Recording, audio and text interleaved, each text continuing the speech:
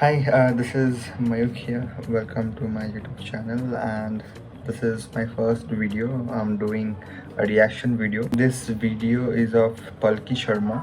I don't know if you know Palki Sharma. Her news when she was in Vion, and think now she is in first post. I love the way she speaks. I love her confidence. I love the way she delivers her speech, and I think she is a great anchor. And yeah, let's see what fireballs she throws in this speech. I think this is. I think they have invited Palki Sharma in Oxford, and let's see how she grills them. And without further ado, let's start the video.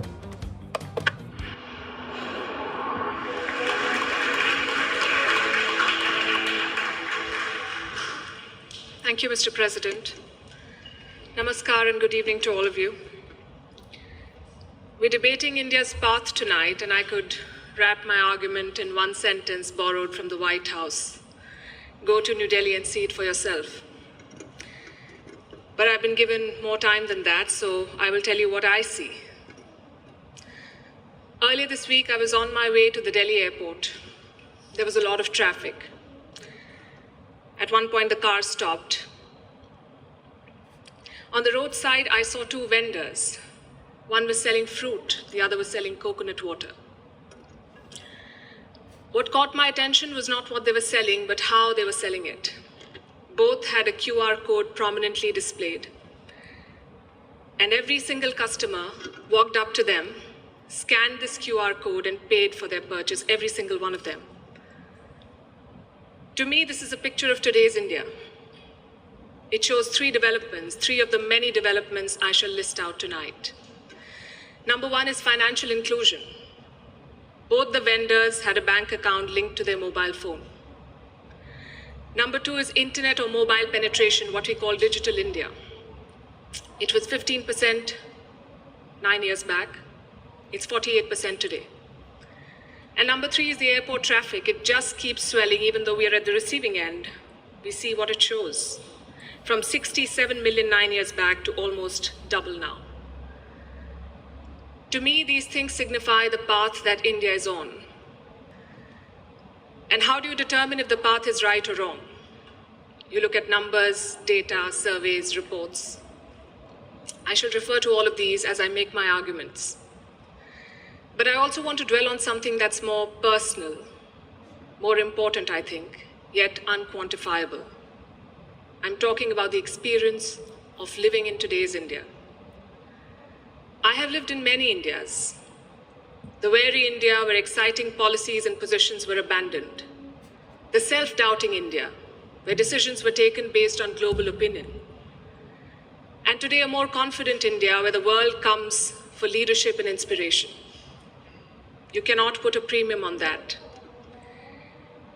Indians are more prosperous at home and hence more confident abroad. Let me also tell you what I saw at the airport here in London, at the immigration counter. I saw Indians proudly flaunting their passport, none of the fidgeting or self-doubt of the last century. And if I may add, the immigration officer almost looked impressed. She was either a fan of India or just worried that she was holding up one of Rishi Sunak's relatives.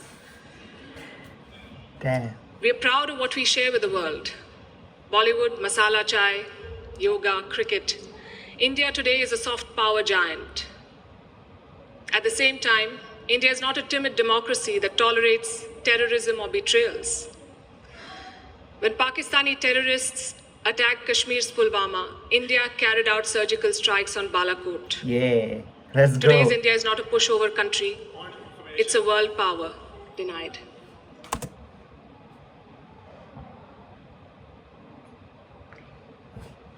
Damn, she just said denied in front of their face.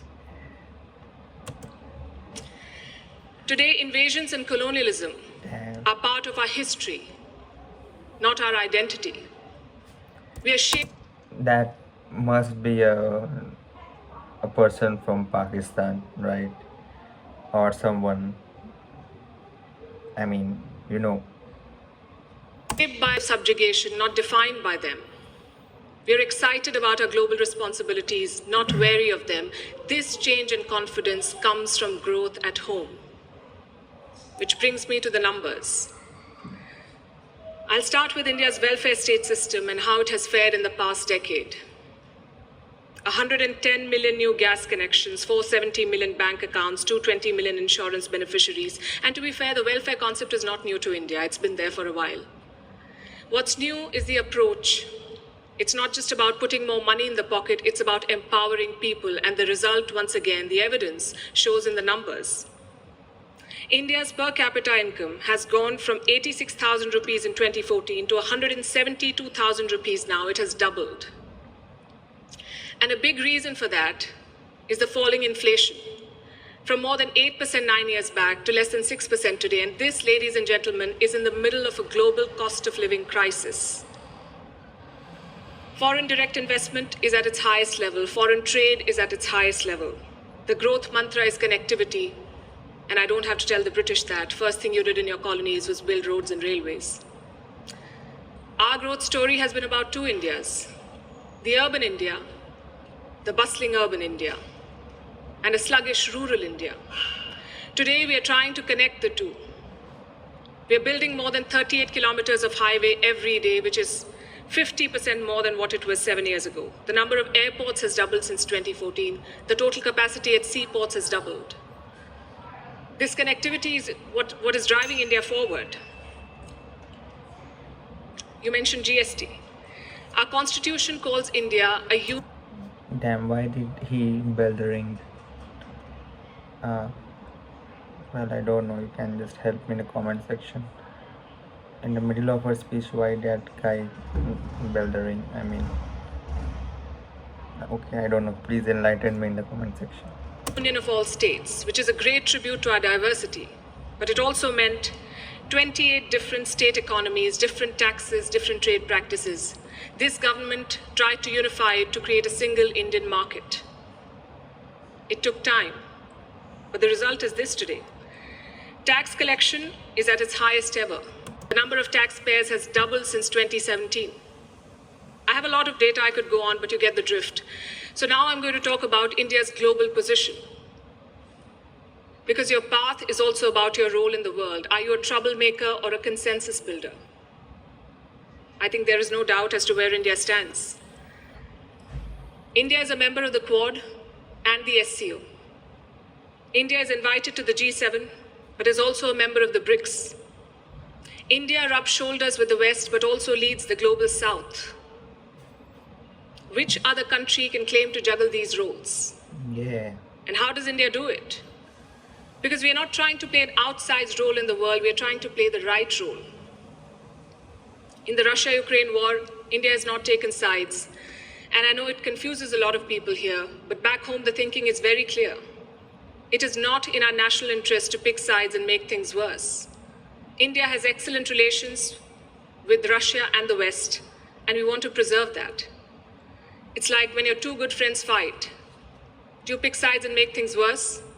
Or do you try to talk sense to them and bridge the divide? I know what a good friend would do. Yes. I see what India is doing. Yes.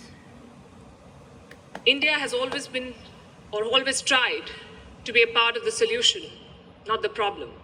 Look at our neighborhood policy. When Sri Lanka was sinking, India provided assistance worth $4 billion, no strings attached, no grudges held, for Colombo's proximity with China. In control of South Asia. I say South Asia was never India's to control. New Delhi is building relations based on mutual respect and equality. And the results show beyond government interactions. Countries like Nepal and Bhutan are using India's online payment systems. Students from the neighborhood come to India for training, grants, and scholarships. This government has aced what we call Buddhist diplomacy. It is leveraging India's position as a cradle of Buddhism.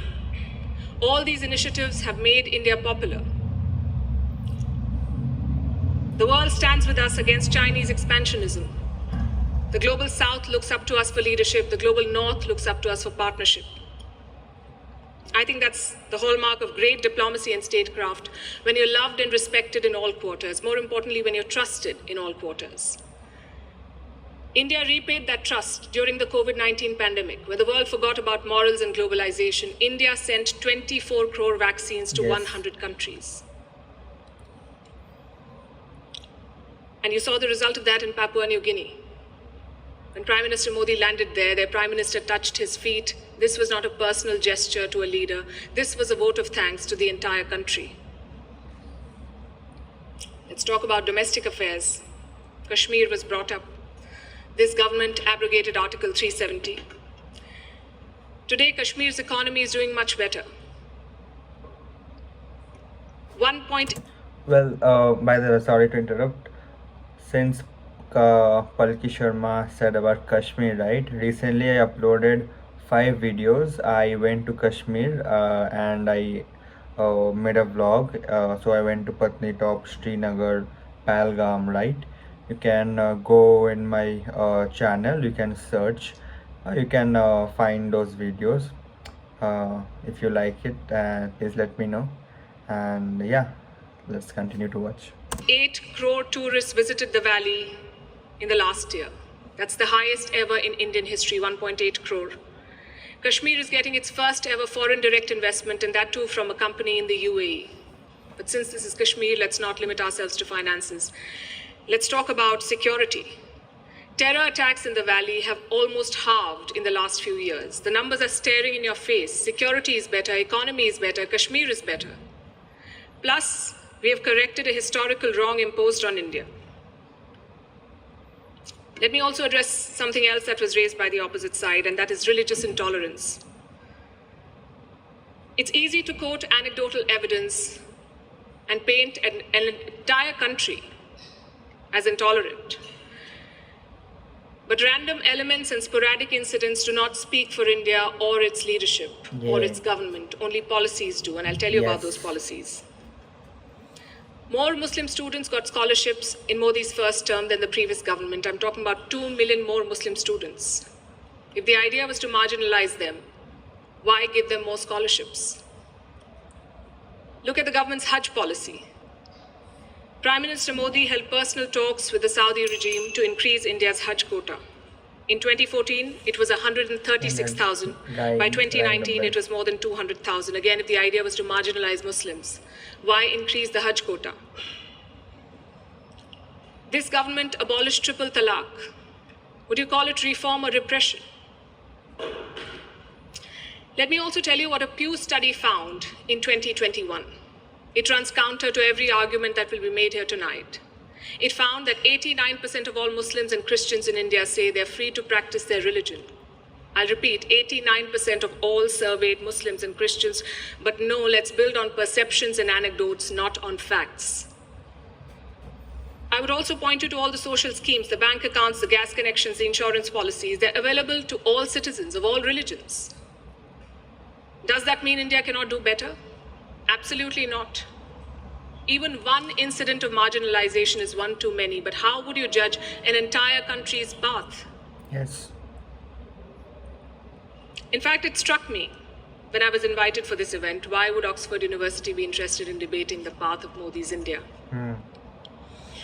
Because India has defied Western predictions. It's the world's largest democracy charting its own course. India today has shed the burden of trying to comply with Western constructs. No amount of lecturing or virtue signaling is shaking India's confidence, and that is what unsettles critics. There are hit-and-run experts with no accountability who make pronouncements based on their political leanings to create an anti-India narrative. GDP growth won't touch 5%. There was corruption in the Rafale deal. The government was snooping in opposition parties using Pegasus. All of these make for juicy headlines. And they make it look like everything is wrong in India. But when a Supreme Court investigation finds no wrongdoing, when India's growth crosses 7%, who is questioning these experts? When an 85% Hindu majority Karnataka votes out the BJP, is the West then lauding India's secular credentials? You see, to judge a country's path, you have to be able to separate agenda-driven narrative from facts. In conclusion, let me say this. For any country in the world, there is always a wrong path. Enough dictators and autocrats have shown us. But there is no single right path. Britain has its own right path. India has its own right path. As long as democracy is respected, as long as the constitution is respected, I would say to each their own. It is wrong to judge one country on the parameters of another. And that has been the beauty of India since 2014. We've uplifted 140 million people out of poverty. We did so while conducting free and fair elections, dozens of them. We did so while protesting, debating, and dissenting. And finally, I think the hallmark of a right direction is also public approval. Do the people think you're on the right path? The people of India answered that question in 2019. Thank you. As always, Palki Sharma was great, said all the facts, and I just like Palki Sharma, the way she delivered her speech, the way she put forth her points. It's amazing. So this was my first reaction video. You can let me know in the comment section which video you would like me to react on. So yeah, thank you for watching, and I will see you in the next video. Bye.